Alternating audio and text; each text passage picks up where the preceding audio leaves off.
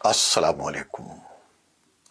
Voice of America की Urdu service से मैं हूं खालिद हमीद और प्रोग्राम पेश है खबरों से आगे। नाज़रीन, अमरीकी वज़ीर ख़ारजा एंटनी ब्लिंकन और वज़ीर दिफा लॉयड ऑस्टिन ने इतवार को इसराइली ओहदेदारों को एक ख़त लिखा है जिसमें मुतालबा किया गया है कि वो शिमाली गज़ा में इसराइल के नए हमलों के दौरान फ़लस्तीनी महसूर इलाकों में बिगड़ती हुई सूरत-ए-हाल से निपटने के लिए ठोस इक़दाम करें। खत में, जिसको सबसे पहले इसराइली न्यूज़ 12 ने रिपोर्ट किया था, कहा कि ऐसा करने में नाकामी अमरीकी पॉलिसी पर असरअंदाज हो सकती है। अमरीकी वेबसाइट एक्सियोस के रिपोर्टर की जानिब से सोशल मीडिया प्लेटफॉर्म एक्स पर पोस्ट की गई खत की एक कॉपी में कहा गया है कि हमें ख़ास तौर पर तशवीश है कि इसराइली हुकूमत के हालिया इक़दामात गज़ा के हालात को तेज़ी से बिगाड़ रहे हैं।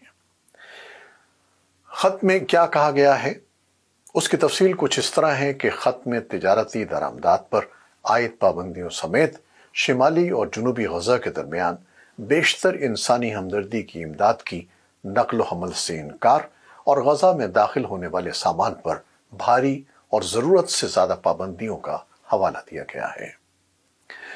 खत में उन मखसूस इक़दामात का खाका पेश किया गया है जो इसराइल को 30 दिनों के अंदर उठाना होंगे। इनमें रोज़ाना कम अज़ कम 350 ट्रकों को गज़ा में दाखिल होने के काबिल बनाना, इमदाद की तरसील की इजाज़त देने के लिए लड़ाई में वक्फ़े करना और जब किसी कार्रवाई की ज़रूरत न हो तो फ़लस्तीनी शहरियों को जारी किए गए इनखला के अहकामात को वापस लेना शामिल है।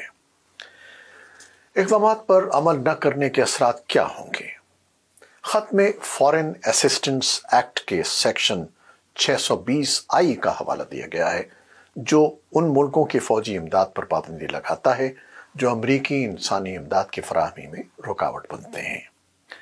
खत में अमरीकी सदर जो बाइडन की जानिब से फरवरी में जारी किए गए नेशनल सिक्योरिटी मेमोरेंडम का भी हवाला दिया गया है जो महकमा खारजा से तकाजा करता है कि वो इस बारे में कांग्रेस को रिपोर्ट करे कि आया उसे इसराइल की इस हवाले से काबिल एतमाद यकीन दहानियाँ मिली हैं कि वो अमरीकी हथियारों का इस्तेमाल करते वक्त बैनुल-अक़वामी कानून की खिलाफ वर्जी नहीं करता है।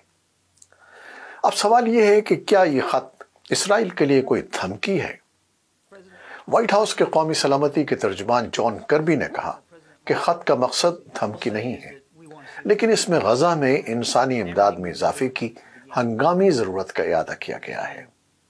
कर्बी ने इस खत के बारे में वजाहत किए बगैर कहा कि हमें लगता है कि इसराइली इसे संजीदगी से ले रहे हैं। अब देखते हैं कि इसराइली रद्द-ए-अमल क्या है। वाशिंगटन में इसराइली सिफारतखाने ने इस पर कोई तबसरा करने से इनकार कर दिया। गज़ा जंग शुरू होने के बाद से ये खत वज़ीर आज़म बेंयामिन नेतन्याहू की हुकूमत के लिए अब तक का वाज़ेह तरीन अल्टीमेटम है जिससे इसराइल के लिए वाशिंगटन की हिमायत में तब्दीली के इम्कानात बढ़ गए हैं। वाशिंगटन ने 7 अक्टूबर सन 2023 के जनूबी इसराइल पर फ़लस्तीनी अस्करियत पसंद हमले के बाद हमास के खिलाफ जंग में इसराइल पर बारहा जोर दिया है कि वो गज़ा में इंसानी सूरत हाल को बेहतर करे। इसराइल का कहना है कि वो सुरंगों और गज़ा की आबादी में छुपे हमास अस्करियत पसंदों को जड़ से उखाड़ने की कार्रवाइयां करते हुए बैनुल-अक़वामी कानून पर कारबंद है। महकमा खारजा के तर्जुमान मैथ्यू मिलर ने कहा कि वज़ीर खारजा ब्लिंकन ने अप्रैल में भी एक खत भेजा था जिसमें गज़ा में इमदाद की तरसील के लिए इसराइल की जानिब से बेहतर सहूलियात का मुतालबा किया गया था।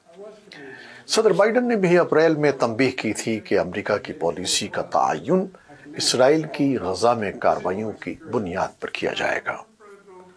खत में तजवीज़ किया गया है कि अमरीका की तरफ से शहरियों को नुकसान पहुंचाने वाले वाक़यात पर बातचीत और इस मसले को उठाने के लिए एक नया चैनल खोला जाए। मिलर ने इस तजवीज़ की वजाहत करने से इनकार कर दिया, लेकिन कहा कि इसराइल शहरियों को नुकसान से बचाने के लिए काफ़ी इक़दामात नहीं कर रहा। महकमा खारजा के तर्जुमान ने कहा कि इस बात को समझने के लिए दूर जाने की ज़रूरत नहीं है, बल्कि इस हफ्ते के इख्तिताम पर होने वाले खौफनाक वाक़यात को देखना ही काफ़ी है। اسرائیلی فوج نے اپنے رد عمل میں کہا کہ اس نے ہسپتال کے اندر ایک کمانڈ سینٹر سے کارروائیاں کرنے والے عسکریت پسندوں کو نشانہ بنایا تھا۔ فوج نے حماس پر الزام لگایا کہ وہ سویلین تنصیبات کو عسکری مقاصد کے لیے استعمال کرتی ہے۔ حماس نے ان الزامات کی تردید کی ہے۔ اس سے قبل بلنکن نے اس سال یہ نتیجہ اخذ کیا تھا کہ ہو سکتا ہے کہ اسرائیل نے امریکی ہتھیاروں کو استعمال کرتے ہوئے بین الاقوامی انسانی ہمدردی کی قانون کی خلاف ورزی کی ہو۔